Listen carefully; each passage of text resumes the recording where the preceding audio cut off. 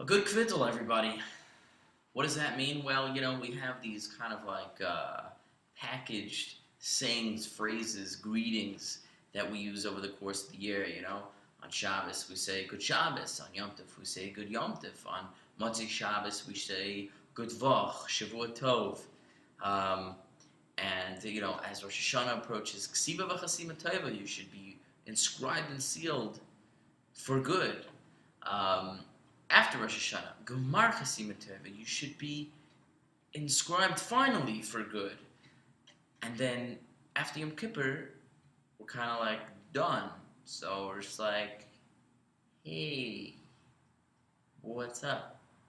But I remember in Eretz Yisrael, they used to say a good kvittel, a good kvittel. After Yom Kippur, you say good kvittel. And okay, that's cute. I have something to say now.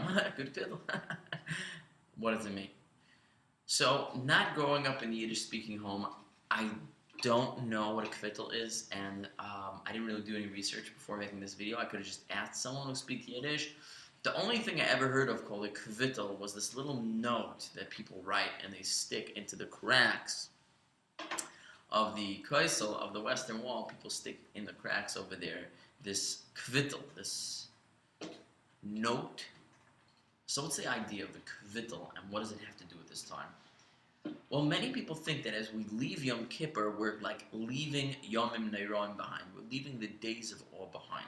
Yom Kippur was the final day of atonement. Everything's over. We're done. Now we could go about our lives. Sukkot is just the next Yom Tov. It's like a party, having a good time after all these rough holidays. Now we get to have a good time. Sukkot. And the truth is, if we think for a minute, you see it's not true at all. After all, even on Sukkot, we have many of the same customs that we do during Rosh Hashanah and Yom Kippur. On Hoshanah Rabbah, you find many people wearing a kittel. You'll listen to the tune of the davening, and you'll find that it's very similar to the Rosh Hashanah Yom Kippur davening. Listen to the laning during Shemini Atzeres and Simchas Torah, and it's the laning, the same tune of Rosh Hashanah Yom Kippur. So, is Rosh Hashanah Yom Kippur over? Are the days of awe over or not? Is Sukkot part of Yom Kippur or not? And it seems that they are part. And if they are part, what are they doing? Like, what's the purpose? Aren't we done after Yom Kippur, after the Day of Atonement, this big climax in our spiritual experience? I mean, what's left? And the answer seems to be a good kvittel. The answer seems to be that there's still work to be done. Ne'ilah happened. The gates were sealed.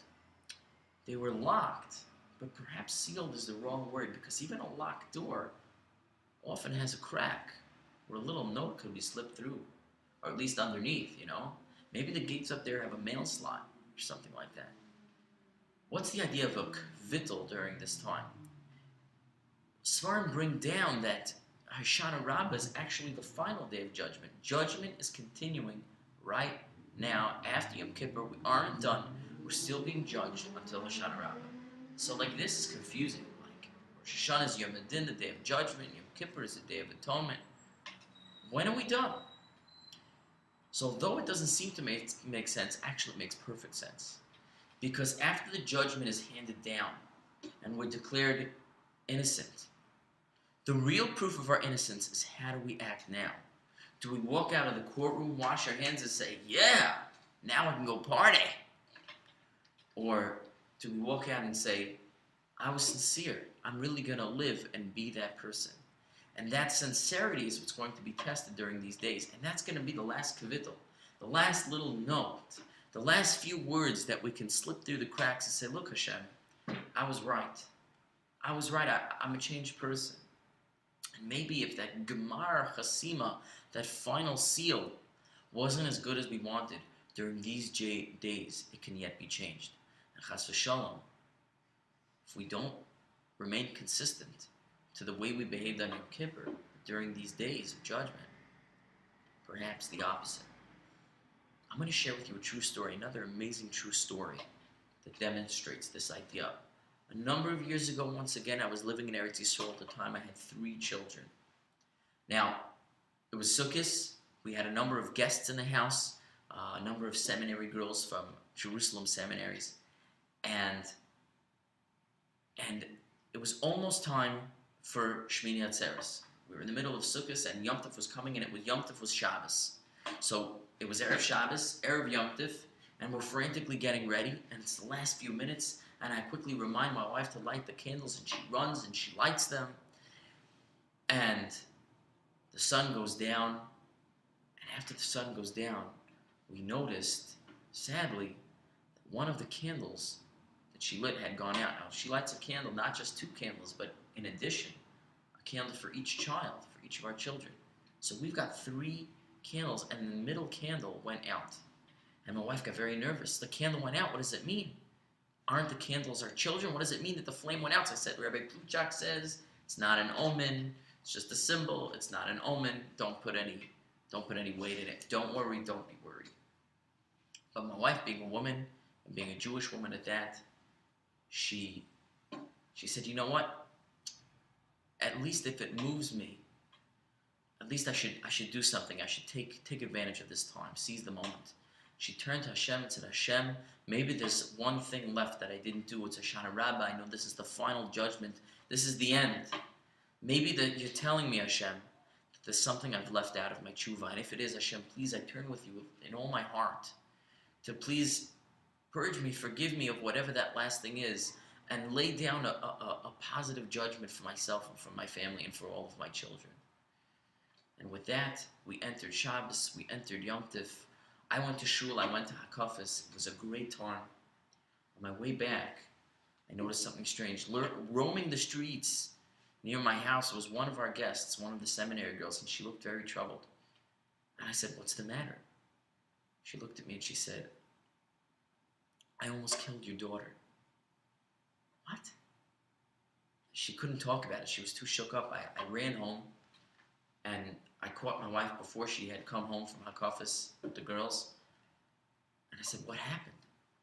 She said, Rafi, we were coming home from Hakafas, and I was pushing our baby in the stroller, and our middle daughter, Devairi, she was walking with a group of seminary girls. She was holding one of the girls' hands, and I crossed the street, and as I did, a car came around the corner at the end of the block and started speeding down the street. So the girl who was holding Devairi's hand, she didn't want to cross because there was a car speeding down. She held her back, but Devairi was upset that I had crossed without her. She ran into the street. She broke free of the hold of this girl. She ran into the street as the car was speeding down. Everyone started screaming, stop. Devairi stopped like a deer caught in the headlights, turns to the car. It's still speeding. Everyone's screaming. Finally, the car slams on the brakes and just at the last second comes to a stop, literally 1 inch from Devairi's head. And she lived. And the driver called out, I almost killed your kid. Hold on to your kid. What are you doing? You're crazy, letting your kid running in the street. It was the whole thing.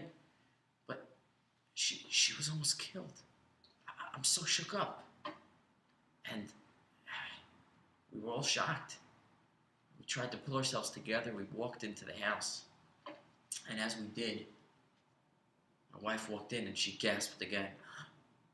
What? What is it? And I follow her gaze, and what's she looking at across the room on the shelf? The Shabbos candles, the Yom Tov candles. And that middle candle that had gone out had somehow become lit. All the candles were burning. Middle candle had gone out. My wife threw a last prayer in. Hashem, if there's anything left, please make it for the good. Maybe that's the symbol here. You're telling me one last tefillah, Hashem, please. And 1 inch from my middle daughter's life, she was spared. And the candle came to burn again. This time of year, this is where the sincerity is. This is where the truth, the seal of all of our tshuva through Rosh Hoshanah, Aser Simei Tshuva, Yom Kippur, the seal is finalized here. Our sincerity, what do we take with us out of Yom Kippur? These last days, coming through Sukkot, the final piece in the picture of Yom Me'orah. We should all be zeicha to a good kvittel. I should be zoiche to sit not only in our sukkahs, but to sit in the sukkahs David, in Yerushalayim, Ir HaKodesh, B'mheiro V'yomeinu.